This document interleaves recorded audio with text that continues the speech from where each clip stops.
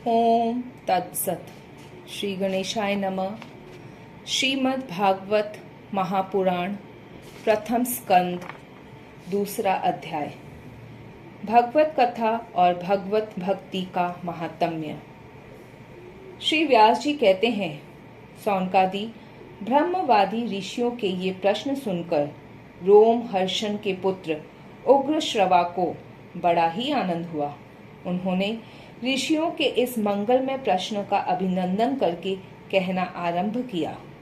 सूत जी ने कहा, जिस समय श्री सुखदेव जी का यज्ञोपवीत संस्कार भी नहीं हुआ था, सुतरां लौकिक वैदिक कर्मों के अनुष्ठान का अवसर भी नहीं आया था, उन्हें अकेले ही संन्यास लेने के उद्देश्य से जाते देखकर उनके पिता व्यास जी विरह से कातर होकर पुकारने लगे, बेटा बेटा।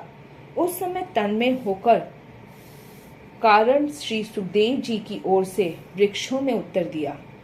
ऐसा सबके हृदय में विराजमान श्री सुखदेव मुनि को मैं नमस्कार करती हूँ। यह श्रीमद् भागवत अत्यंत गोपनीय रहस्यात्मक पुराण है। यह भगवत स्वरूप का अनुभव कराने वाला और समस्त वेदों का सार है।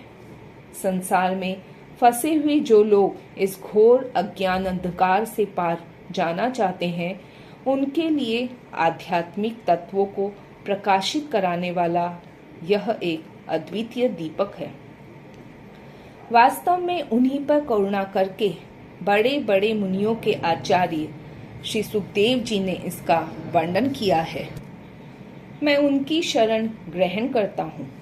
मनुष्यों में सर्वश्रेष्ठ भगवान के अवतार नर नारायण ऋषियों को, सरस्वती देवी को और श्री व्यास देव जी को नमस्कार करके तब संसार और अंतकरण के समस्त विकारों पर विजय प्राप्त कराने वाले इस श्रीमद् भागवत महापुराण का पाठ करना चाहिए।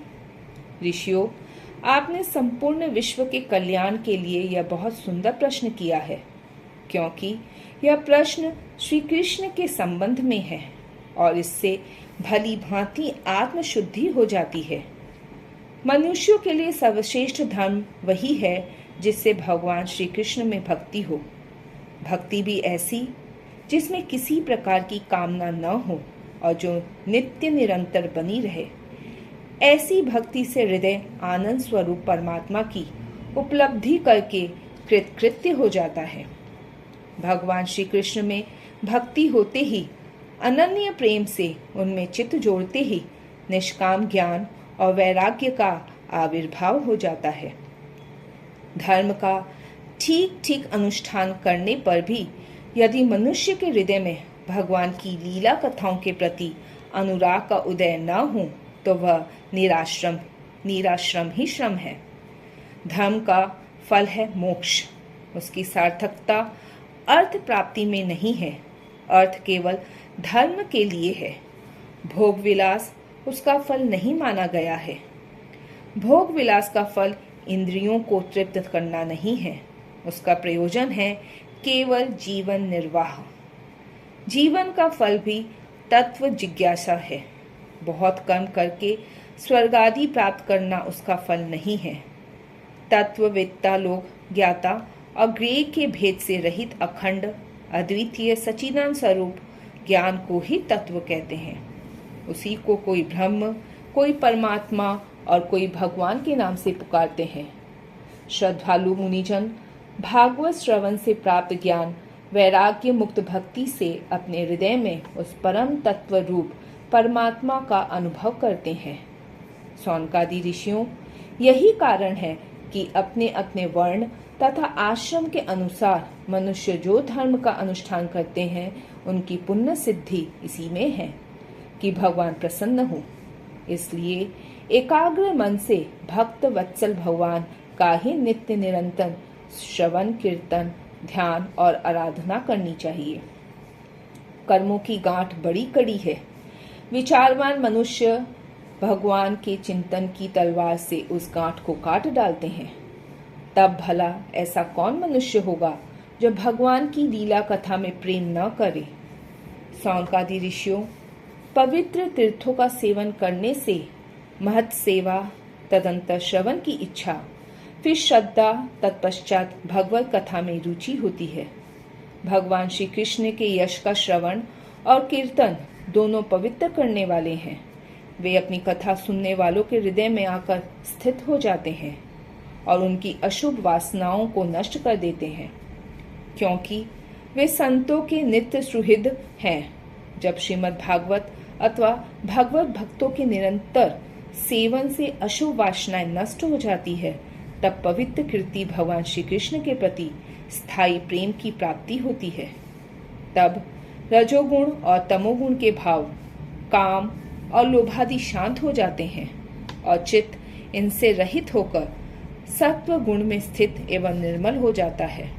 इस प्रकार भगवान की प्रेममयी भक्ति से जब संसार की समस्त आसक्तियां मिट जाती है, हृदय आनंद से भर जाता है, तब भगवान के तत्व का अनुभव अपने आप हो जाता है। हृदय में आत्म स्वरूप भगवान का साक्षात्कार होते ही हृदय की ग्रंथि टूट जाती है, सारे संदेह मिट जाते हैं और कर्म बंधन क्षीण हो जाता है। इसी से बुद्धिमान लोग नित्य निरंतर बड़े आनंद से भगवान श्री कृष्ण के प्रति प्रेम भक्ति करते हैं, जिससे आत्म प्रसाद की प्राप्ति होती है। प्रकृति के 3 गुण हैं, सत्व, रज और तम। इनको स्वीकार करके इस संसार की स्थिति, उत्पत्ति और प्रलय के लिए एक अद्वितीय परमात्मा ही विष्णु, ब्रह्मा और रुद्र, ये 3 नाम ग्रहण करते हैं। फिर भी मनुष्यों का परम कल्याण तो सतत्व गुण स्वीकार करने वाले श्रीहरि से ही होता है।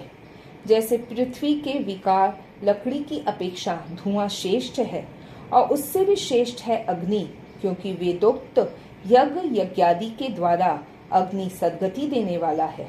वैसे ही तमोगुण से रजोगुण श्रेष्ठ है और रजोगुण से भी सतत्व गुण श्रेष्ठ है, क्योंकि वह भगवान का दर्शन कराने वाला है।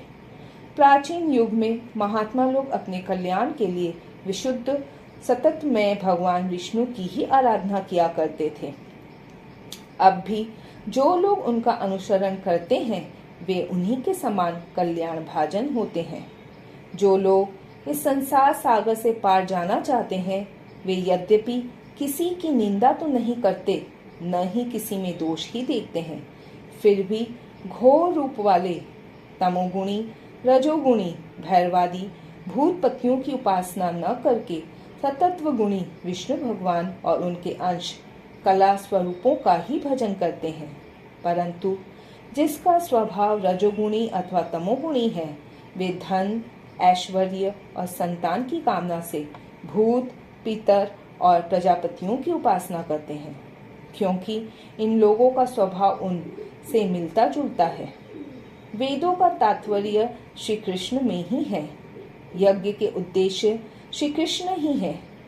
योग श्री कृष्ण के लिए ही किए जाते हैं और समस्त कर्मों की परिसमाप्ति श्री कृष्ण में ही है। ज्ञान से ब्रह्म स्वरूप श्री कृष्ण की ही प्राप्ति होती है। तपस्या श्री कृष्ण की प्रसन्नता के लिए ही की जाती है।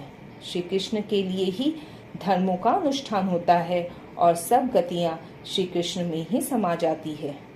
यद्यपि भगवान श्री कृष्ण प्रकृति और उसके गुणों से अतीत हैं, फिर भी अपनी गुणमयी माया से, जो प्रपंच की दृष्टि से है और तत्व की दृष्टि से है नहीं है, उन्होंने ही सर्ग के आदि में इस संसार की रचना की थी।